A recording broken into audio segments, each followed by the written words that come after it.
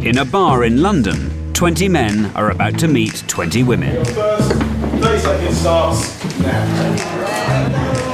It's a speed date, and sparks of attraction are soon flying. This guy likes you. But this is no ordinary encounter. He likes her, right? But it's not reciprocated at all, is it? These men and women are taking part in a scientific experiment. All data loaded. They've all been measured. Their preferences have been explored. I'm very pleased with that man. And their deepest desires revealed. You're happy with that? Yep. I'm in love with that. That's perfect. Now scientists will try to find them a perfect match. Match found. And their predictions will be put to the test. She's smiling warmly and winding him down at the same time. Let that be a lesson to all of us. But in the game of love, nothing ever goes according to plan. It was a disaster. It was a bad gig. I liked him. I got him.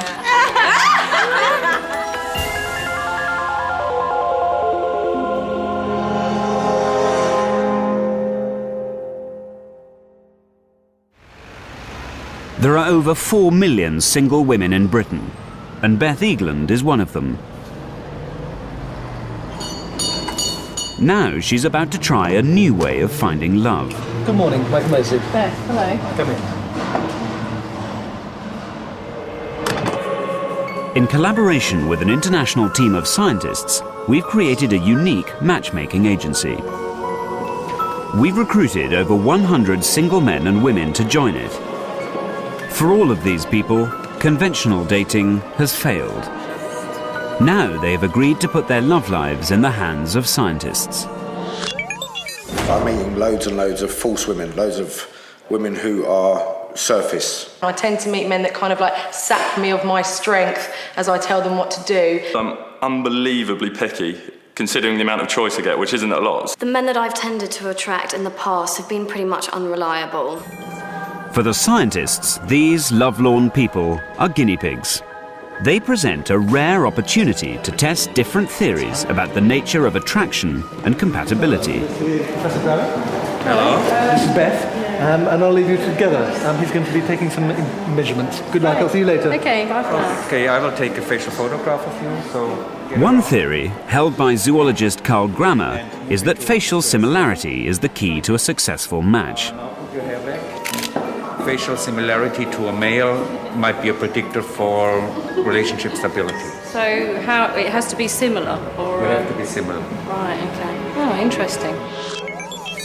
I'm looking for Keanu Reeves, but I'm probably not going to be able to get him, so someone who looks exactly like him. Somebody who's really outgoing, blonde, busty and beautiful.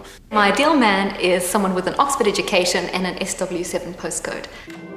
Glenn Wilson is a psychologist whose CQ test can tell if a couple will be compatible before they've met. How important to you is sexual exclusiveness? It's certainly very important. Mental fidelity? I think the old lapse is forgivable. This one is reciprocated, and both in CQ and facial similarity. Chances are that would be an ideal match. If the scientists succeed, it will herald a revolution in dating. And no one would welcome this more than Beth Eagland.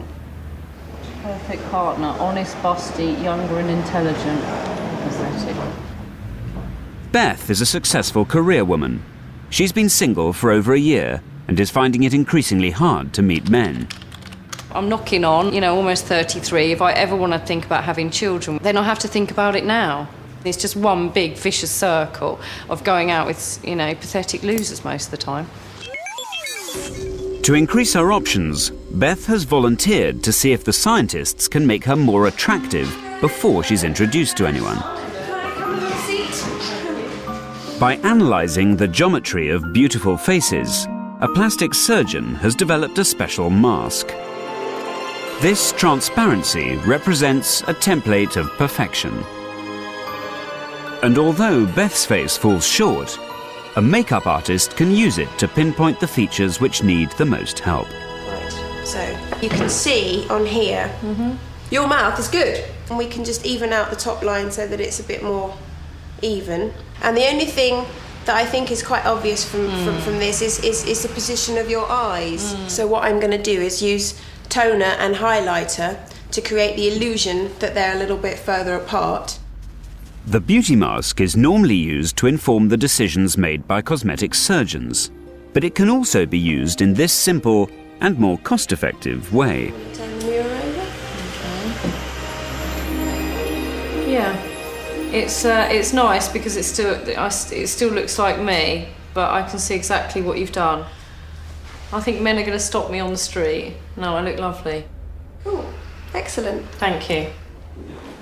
Can scientific insights also be used to make men more attractive to women? Okay. Peter Kerr has volunteered to find out. Well, today we're going to talk about Thatcher, so that'll get us started. What else Peter is a 37-year-old politics lecturer. Monetarism, that's good. How does that work? Married in his 20s, he's now divorced and has been single for 2 years. What do you think women think of you? The most repeated thing that women say about me is that I'm a really nice guy. But actually, that's usually fatal when women say that. How do you rate yourself physically? Physically, short, skinny, minging. What's minging? What's minging? That'd be the technical word for not very good looking. Right. Peter thinks it's his physical appearance that's the problem. But what can he do to improve it? Okay. Can I borrow you for a moment? Thank you. I just want to get an impression of this guy here. This is Peter, okay? Before he's introduced to anyone, the scientists are going to identify precisely what is turning women off. What I need from you is your immediate impressions, okay? So what age do you think he is? 40. 40. What do you think he does? If you just meet him in the street, what would you say he did? I don't know, maybe he works in a shop. And if scale of 1 to 10 of attractiveness, if 10 is really sexy and 0 is not at all. Me personally, 0. 0, right. Peter can't hear what the women are saying until the results are played back to him. What age? Maybe 46. 46. Oh my God. What sort of job do you think he does?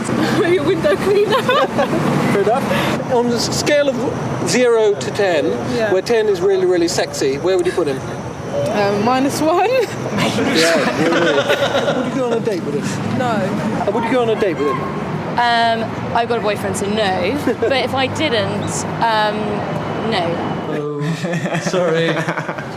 What's emerged from the experiment is that Peter is perceived to have a low-status job and income, where most scientific studies suggest women are attracted to men who can provide resources. The next day, a fashion stylist gives Peter a more affluent look. Good luck. Confident? Very anxious. That was a terrifying experience, so I'm not sure what to expect. Right. Was it more terrifying than yesterday? Much more terrifying, because I knew this time what was coming, and yesterday's feedback was so negative. I was terrified this morning that that was going to happen again. In spite of the scientific research, many women claim that money isn't one of their priorities. I am looking for somebody who's not too bothered by his status in society, not money-driven, More of a tree hugger than a Porsche driver. Someone that's not into cars, expensive cars, football, or money. So will Peter's new look actually make any difference? What do you think he does for work? Businessman. Businessman. Management or something. Oh, that's good. Authority. Professional. Okay. How much do you think he earns? Oh, I think he's earning quite a lot. Quite a bit. Have a guess. 40,000 plus. And on a scale of 0 to 10, how attractive do you think he is? Be honest. 4. You give him a 4, okay? That's 5 up on yesterday. Yeah. What do you like about him? You gave him a 6, which is a pretty good score. What's Overall package is good. Oh, I like that one. Package. Yeah. Quite sexy looking. Yeah, sexy looking, good. You behave. Would you go out on a date with him if he asked you to go out? I think maybe, yeah. Would you consider Depends it? where he was going to take me. Right, okay. Good answer. Oh, fabulous. Well, that's Exactly. a huge difference from yesterday. So I've quantified some of the numbers here. and it's very, very interesting. In terms of your job, they upgraded you considerably. And that's reflected also in your income. Yesterday, the figure most people typically came up with was 30,000. Today, it was 40,000. So you have gone up by 10,000. Wow. And a big difference was how attractive they found you. Your average score yesterday was in fact 3.4. Today, you have gone up to 5.8. Yay. Well done. A simple insight into female psychology has made all the difference. Now it's Beth's turn to learn how to manipulate male perceptions. Beth, hello. My name's Adrian Furnham. I'm a psychologist. Hello. This is Gok. He's a Hi, fashion nice to meet you. stylist. Hiya. Have a seat, please. One of my interests is in the science of female attractiveness, and it's something that a lot of male psychologists are interested in. And what we're going to do today is to try and understand how the science, as it's been done, informs us about how you can dress differently to make yourself more attractive to men. The scientists have taken Beth's vital statistics, but which aspects of the female figure are actually the most important to men? What should we work on first? Well, it's breasts, I think. On the breasts. Okay, fine. Is it the breasts? You like the look of those? Yeah, definitely. The legs? That's right. That's yeah. Or the bottom? Yeah, okay, I like that. To find out, the dating agency has conducted a groundbreaking new study into what men find physically attractive. This software allows the men to manipulate female bodies in any way they like. We can increase those to a sort of size you'd be happier with. Yeah, that's brilliant. Full cut. Yeah. Right, you're happy with that? Yep. With dials to control independently every single body part, each man can create his ideal woman. No. You like a bit of weight on her. Now, do you like a woman with quite a big bottom? I mean, we can give her the J-Lo bottom. Let's try that. Oh no. Oh my goodness. Okay. No, you don't like that. Somewhere in the middle, maybe. Okay, a little bit. Okay. Yeah. Okay, that's your ideal woman there, James. Okay. This is the first research of its kind, and it's about to provide a unique insight into what men really want. I'm in love with that. That's perfect. Well, let's look at the studies. I haven't seen this. It'll be of interest to me as well. Okay. Let's have a look at them. Right, okay.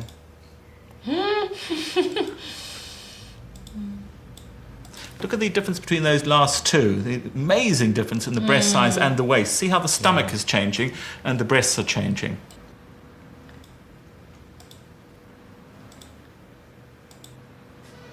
Gosh. Well, that's just ridiculous. Yes. That's Jordan, isn't it? That's anatomically unusual. Absolutely.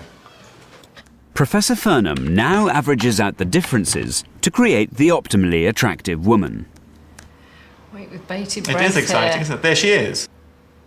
Now, what we see from our sample is that they like relatively large breasts. What size do you think she would be? I don't know. Goff, what do you think? I would say she's definitely a 32 on her back, and I think we're looking at a C to a D cup. And what we know is that the average woman, I think, in this country is a 36B.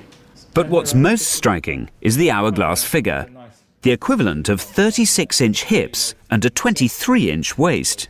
Essentially, hip-to-waist ratio is one of the best ways of seeing whether a woman is fertile.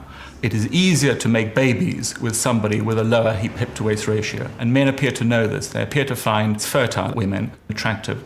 Men like curvy women. I mean, that's what it's showing there for me. So how does Beth measure up? And what can the fashion stylist do to help her? To find out, Professor Furnham morphs the ideal woman to Beth's measurements. What you can see quite clearly there is changes in the bust, but very little change in the waist-to-hip ratio, which is not that different from yours. And that's good news.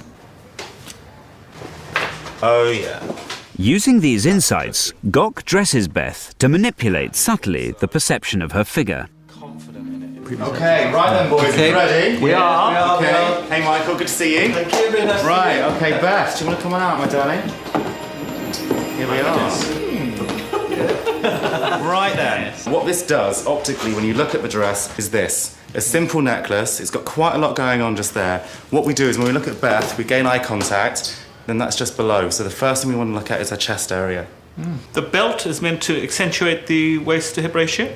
Yes. If we didn't have this belt area here, which brought in the waist, I'm going to let go and you should just see dramatically what happens. So the one thing that the guys wanted when we saw the reports was that small waist gone. So simply by just putting on just a stretch of material, it's amazing, isn't it? That looks to me as if you got very much nearer to the perfect ideal, which is of course so much more attractive. The makeovers appear to have worked. Meanwhile, a vast amount of data has been processed.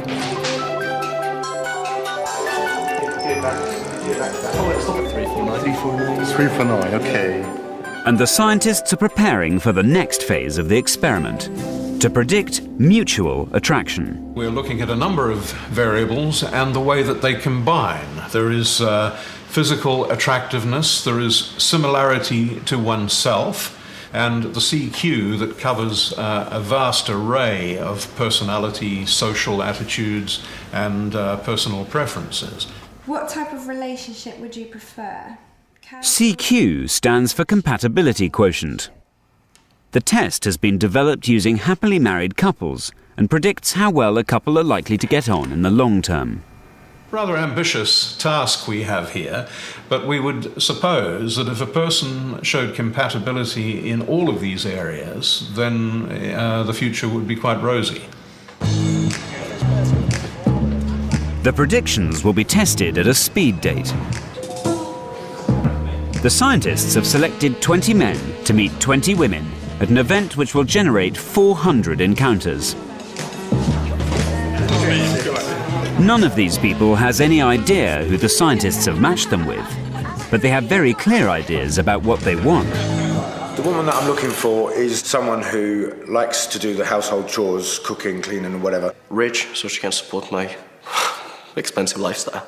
Oh, and she must be interested in sex. Well, she must like sex.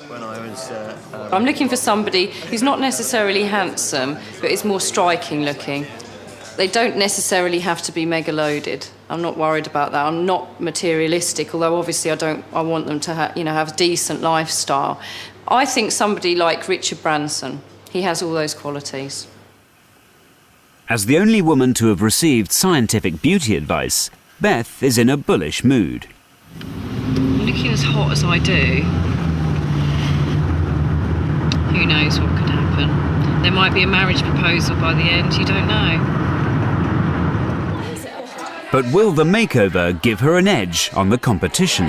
Cheers! Exciting. Looking forward to it? Indeed. Yeah. Me too. I'm going to bag a man tonight. Peter is feeling altogether more apprehensive. I saw some of the other guys for the speed dating event when they turned up at the measuring day. They all looked younger than me. They all looked much better looking than me and much smoother. So I think I've got absolutely no chance today. I think I'm competing with some quality opposition, but we'll see. Nice to meet you. The competition will be even stiffer than he thinks. Among the bachelors are 3 men who specialise in the art of picking up women. They've formed a society to pass on this know-how to other men. Never underestimate the power of the ugly girl that is next to her. Never! What you get. Emir is a former city broker. That's why we have wingmen, you can have the wing commander that is going for the main target, then you have the wingman that is going for whatever, just taking care of everybody else. Then you have the kamikaze fighter that is going for the married girl, the ugly guy, or the boyfriend or something, It's just going to crash and burn, he knows that. You can alternate these kind of things, These men have been entered into the experiment as a wild card. Will their techniques give them any advantage? As in a conventional speed date, the men and women meet each other for 3 minutes. Your first 30 seconds starts now. But there is a twist to the proceedings. Each table has been fitted with a gadget which enables the participants to register their positive or negative feelings by turning a dial. Before the date begins, the men and women have been instructed to sit in silence and rate each other from 0 to 100. Carl Grammer thinks that facial similarity will be decisive. People are attracted to other people who look like themselves. Okay, that's it. If you have a partner who is like yourself, you're probably not getting into trouble with him so often, because you will have the same ideas, you share the same values, the same attitudes, and so on. And it looks like that people hope that somebody who looks like themselves also shares the same attitudes, values, and so on. Dr. Grammer illustrates this principle with some well-known couples. Arnold Schwarzenegger and his wife, two very square faces, almost identical, structured, high cheekbones. These two have the same chin, very round faces, with an almost identical nose. This is the same, very identical mouth. They also have a comparable nose, and the eyes are almost of the same form and color even. The zoologist believes that there are genetic benefits to inbreeding, and that the men and women with similar faces will find each other the most attractive. Using special software, he has created a facial similarity index for everyone in the agency. Match found. Match found. Match found. So will Grant be attracted to Leanne? Match found. Gail to Simon? And what about Beth? Match found. It turns out that several men have similar faces to her, so Carl Grammer has joined forces with Glenn Wilson to identify her best match. OK, Carl, shall we look at the faces that are most similar to Beth, and I will lay out the faces that have the highest CQ scores. Dr. Wilson's compatibility test has identified the men with whom she has the best chance of success. So is this our problem or theirs? Beth is a property manager who likes to be in control. Yeah, OK, well, can you arrange for that then? OK. Right, let's go and have a look inside. Hey? In her previous relationships, she's usually been the dominant partner. I'm independent and I'm a strong character. And men think that they want that, and they think that's great about me. And that's great when we're dating. You know, they think that's great. But after 3 months down the line or whatever, when it's a serious relationship, they realise that I'm not the kind of person they do want. They want someone who's going to stay at home and not have the strong opinions that they were attracted to in the first place. And that's my personal difficulty. But, and I find that with all men and always have done. But the scientists have identified 4 men who match Beth facially and psychologically. How about that? That's a pretty good hit rate, considering we started with 50 people. As far as age and height are concerned, it's ideal if the male is about 5 inches taller than the female, which is about the average height difference, and it's also fairly ideal if he is perhaps 4 or 5 years older than she is. We see that on height, 3 of them are taller, so that this one goes out. And in terms of age, they're all actually younger. The nearest is this one. And his CQ is the highest of them all, so if the chemistry was right, they would get on extremely well together. By now, Beth has registered first impressions of 8 men, and she's not easily impressed.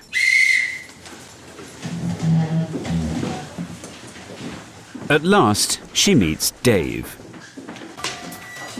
Both of them, of course, are completely unaware of the scientist's prediction. A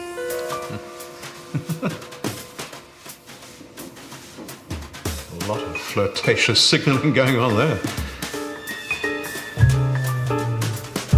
Well, the knob has gone up a little bit there, so she obviously likes the look of him. And what's he going to do? Yeah, it looks as though he's initially attracted to her as well. It's a medium attraction, I think. The same procedure has been used to identify Peter Kerr's best match. So number 2? That's a hit, is it? Yes. Yeah. Like Beth, Peter has no idea he is facing his one scientific match.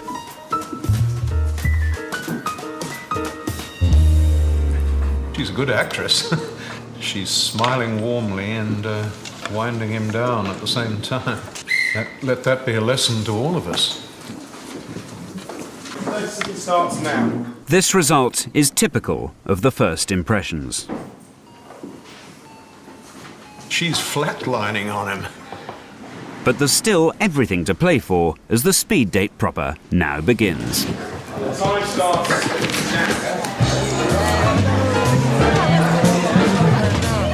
The men and women meet for exactly 3 minutes, after which the men move on to the next table. Please move round. Please remember to reset your dials.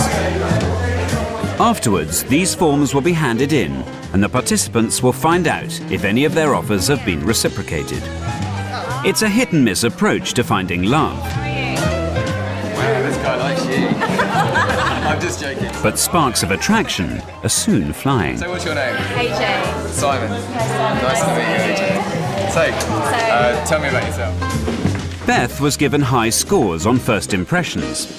But in the 3-minute conversations, she takes a very businesslike approach. So why are you single?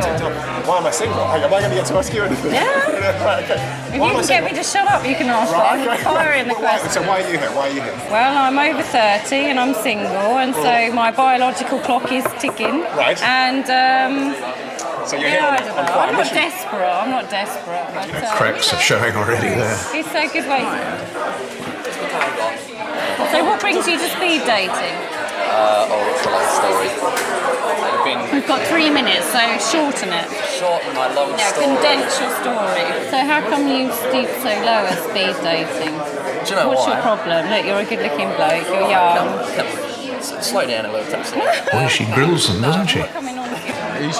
It's clear that some people are better at speed dating than others, and knowing how to flirt certainly helps. Yeah, can you do pastries and stuff? Of course. How about massages? Always. Foot massages? Yes. Okay, let's say I'm having a really tough day at work. Okay. So I come rolling into the door and... You want to know? What happens? I would be naked. Okay, good start. Okay. Well, it's easy to see what her appeal to men might be. Members of the London Seduction Society are using a confrontational strategy. So you appear not ever to have a boyfriend just because you can't keep them, or...? No, I just don't appear to like anyone, really. Oh, you're a fussy one. Have you tried girls? Yeah. We understand the game a bit better in the sense that we know that there is about 10 guys that just before us just said exactly the same thing as you, were talking about their jobs and everything. So I was a bit teasing about my job, and when they started asking about it. You're an ass model. Okay. Yes, ass modeling is. That's a good talent, I think. You think? Yeah. And that put them a bit on an edge. So it was a good thing to see them qualify themselves and trying to, oh my God, I need to impress a bit this guy. It certainly does look as though their strategy is to try and put down the woman, lower her self-esteem relative to them, so that they will come across looking big, impressive and dominant. But in fact, the real key to seduction is to make the other person feel good, not to diminish them. Yeah, that's the point. I thought you looked really friendly. I thought you were really open and friendly. And Thanks. I felt like a good mouth one's up. Thank you. That is really nice. That is so cool. After a disastrous set of first impressions, Peter's personality is making all the difference. Ask me 3. Genre. Rock. Right, Chili Peppers are Foo Fighters. Crucial question. Foo Fighters. Really? By far. I can't stand the Chili's. Where's that button? Oh, But can he impress his one scientific match, who scored him 0 in the silent encounters? Very hard to recover from first impressions, so he's got an uphill grind. Well, basically, I'm a university lecturer. University lecturer? Wow, in what? In politics. Oh my God, respect! Oh, no. It's not all rock and roll, you know. No, that's respect. It's politics. Okay, so he pulled it back a little bit there. She enjoyed the prestige of his occupation and not turned off by his politics yet. Anyway. His status impressed her. You're great, you are. But I wonder what she did with that dial. Oh, I forgot to swim it on. Oh, right. The speed date has nearly run its course. Beth has been unimpressed with almost all of her suitors, and the feeling is mutual. At last she meets Dave, the one man the scientists think is compatible with her. Hi. Hello. Hi, I'm Beth. I'm Dave. Hi, Dave. So tell me about you. Right, how old are you? You're far too young for me. How old are you? I'm 31. Are you? God, you look so young. How old are you? I'm older than you. Yes, you are. But not Only joking. Excuse me. You don't make jokes like that. Hello, a little bit of action here. He's actually turning up on her. So how old are you then? You don't ask a lady that. 32. 32? Oops, uh-oh. She's put her foot wrong and she's plunged in his estimation, according to the perception analyzer. Let's get off this age thing. Okay. What do you do? I am a director of a software company. Okay. Oh, God. There you go. Dave originally gave Beth 60. Now he turns the dial down, and so does she. Thank you. See you later. The men and women retire to their respective bars, and the data processing team springs into action. Okay, woman 1035, 23 date, 38 friend, 53 friend. In a few minutes, everyone will find out who has date matches, who has friendship matches, and who has nothing. Peter has adopted a carpet bombing strategy. I think I take nearly every box, basically, just to increase my chances. But I'm the type of person I kind of like people when I meet them, so I think that's desperation, basically. Meanwhile, the women are comparing notes. He was very stylish. He was wearing a jacket and events manager. Yeah, he was gorgeous. He was an arse. He knew it. I'm sorry, darling. He was an arse. Yes. The matches have been counted and the results are in. It's the moment of truth for all concerned. So guys, this is your mutual matches. Hey. Everyone receives an envelope containing photographs of successful date matches. Or news that they don't have any.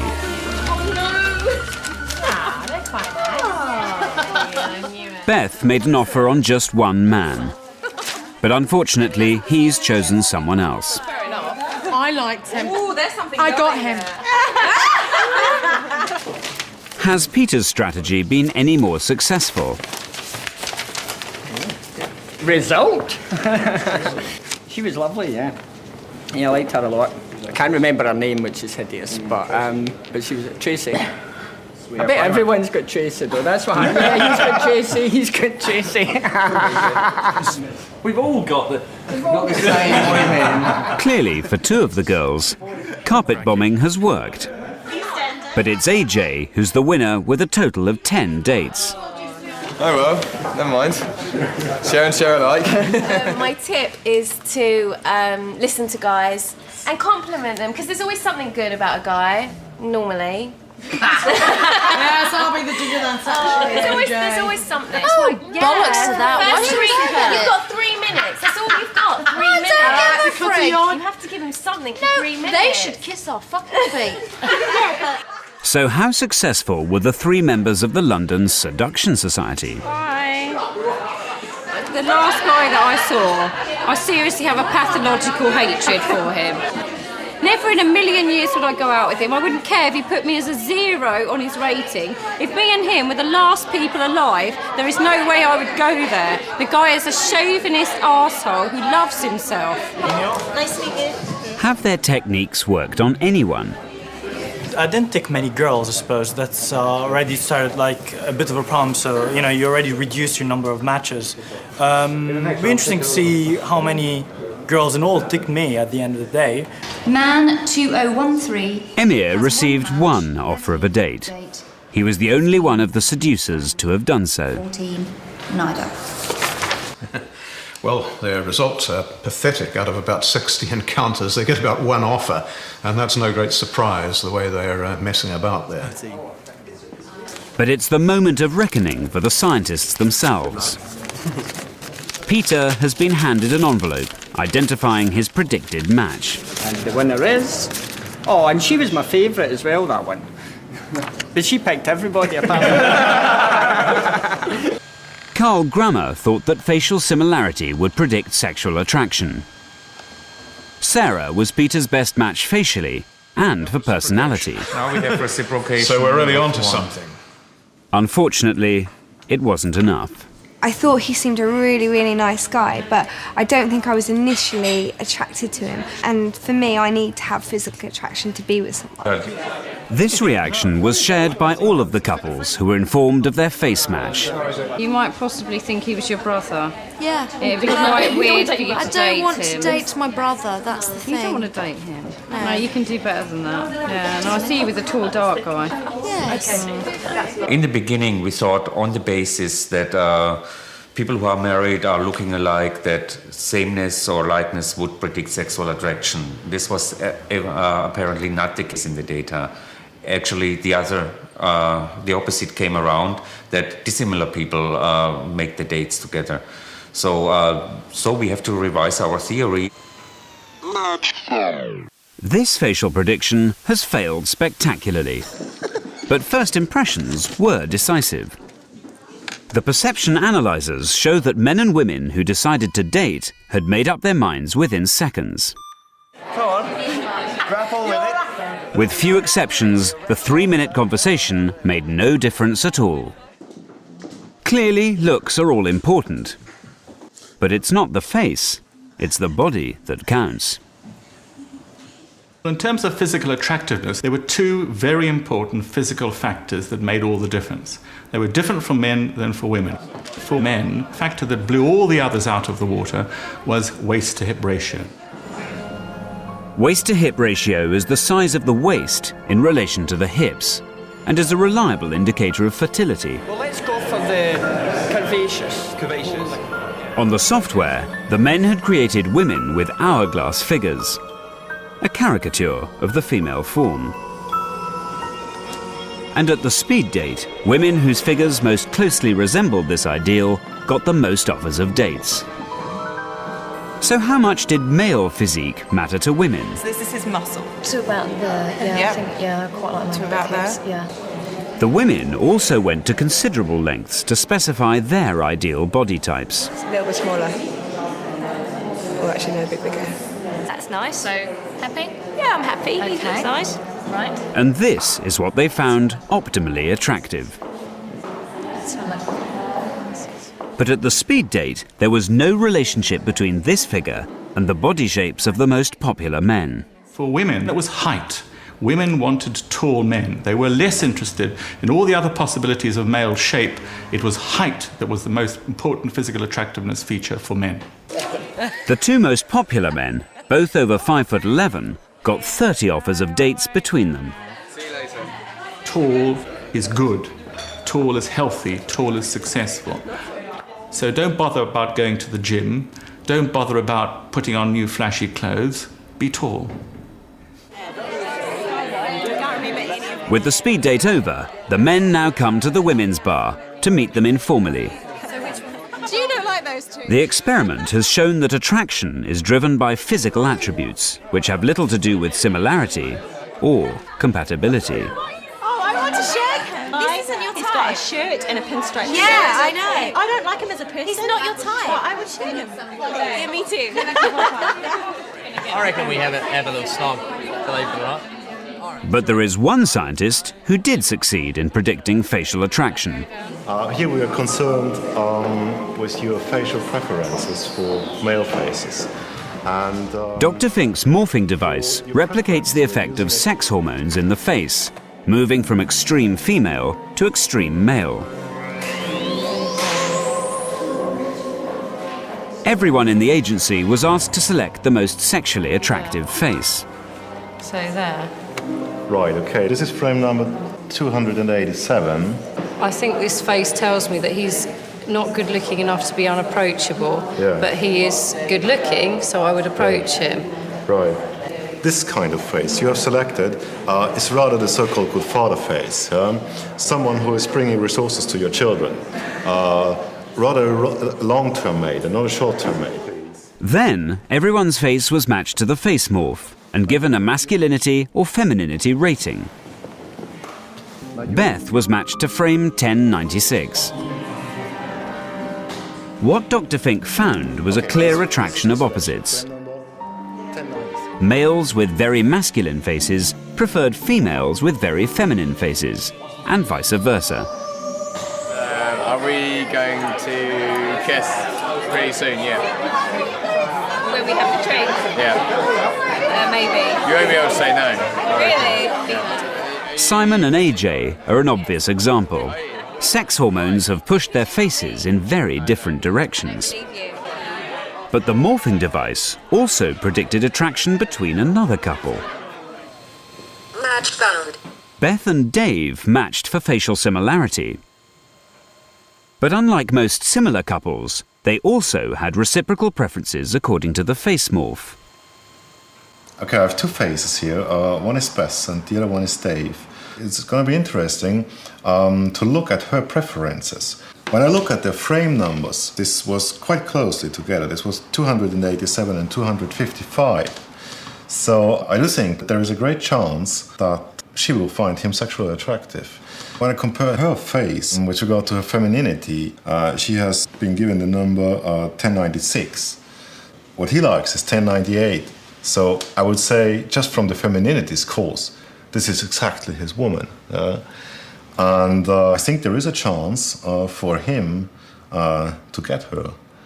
I do really think so, yeah. By now, everyone has been informed of the scientific predictions, and Beth and Dave are discussing theirs. In the compatibility ratings, we're 127. A married couple, on average, is 116. So we match scientifically, facially and mentally. Really? Yeah. So I'm suggesting we elope and just try it out. Okay. I mean, I thought you were an arse, and I did write that on my paper. But now I've spoken to you again, you're actually quite nice. I mean, I think you're attractive, and I find you attractive. Well, I think I was quite right with my prediction. I'm not only surprised, I'm really happy. I think they should pay me a lot of money, yeah? But I'm an arse. You're not an arse. I'm retracting my statement. Look, this is why we're compatible, because we're having an argument like we're married.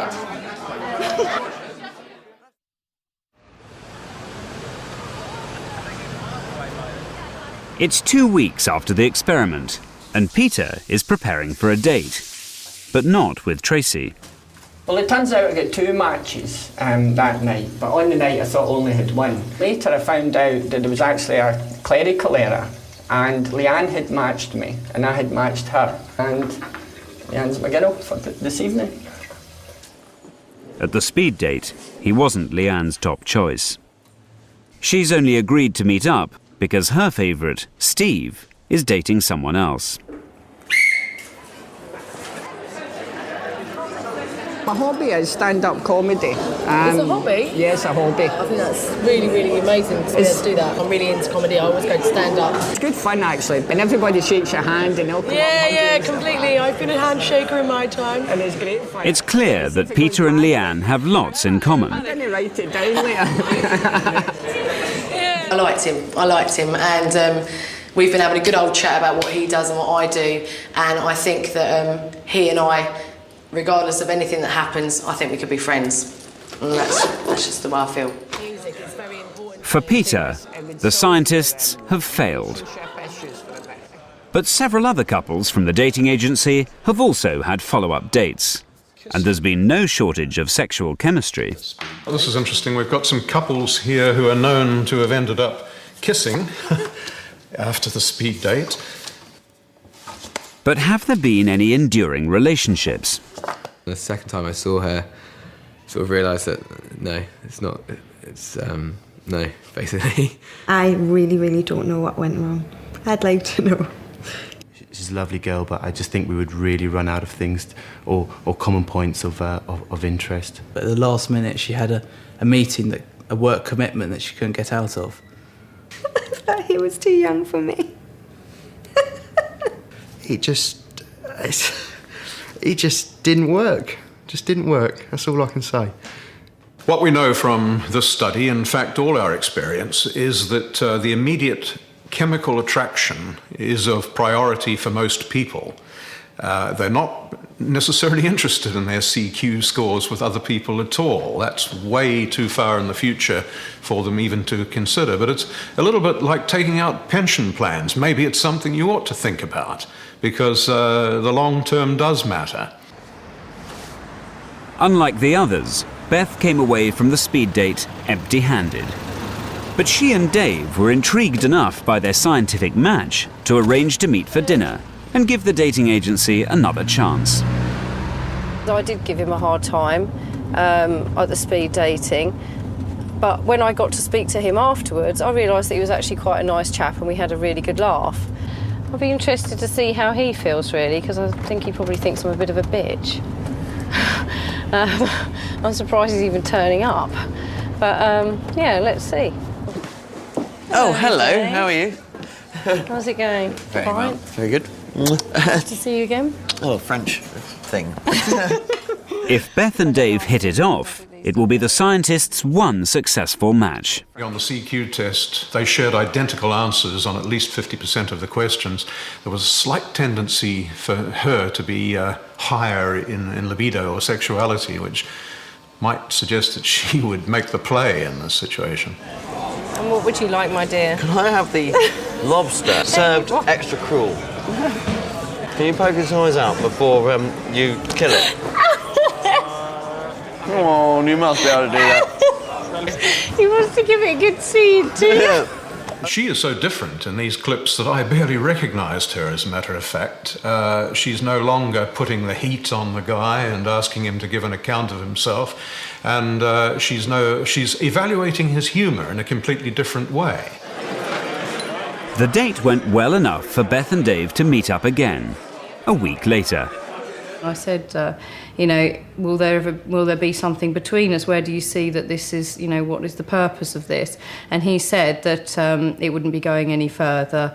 There wouldn't be a relationship because he found me attractive, but there was not going to be anything further. The way she spoke reminded me of a member of my family. I grew up years and years ago. And that the association was too strong for me to find her attractive, I guess. Silly thing, really. Well, yes, he wasn't interested in a relationship, but I more than got the impression that if I wanted to go home with him, then that would have been okay. But that's guys for you. What do I expect?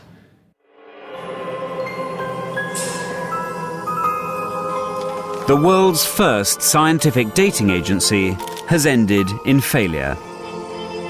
These scientists hoped that their combined efforts could achieve a revolution in dating.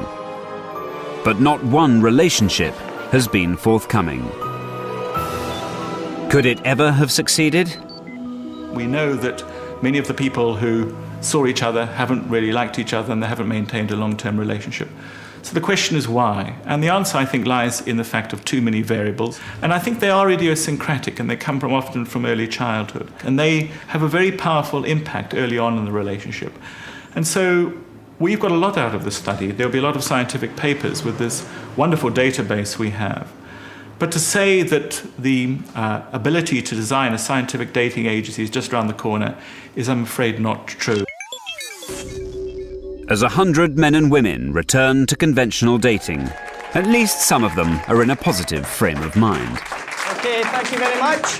Yes, now I do politics jokes. Here's the thing, right? Do you know that more people voted in Big Brother than voted in the last election? Did you know that? At the speed dating event, I didn't expect to get any matches, and I was really pleased that I actually got 2.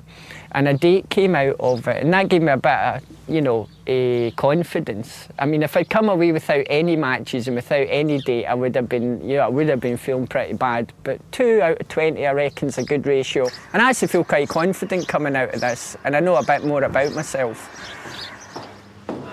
I think science has shown me that I don't need to change. I think that's one of the good things that's come out of it. Oh my God. If you come back to me and say, Beth, you're a washout, then fine, I'd start thinking there's something seriously wrong and I need to go and see some kind of shrink. But as I have been matched, then no, I don't think it's necessary to change. And I think that you can compromise with somebody in a relationship, but not change, no.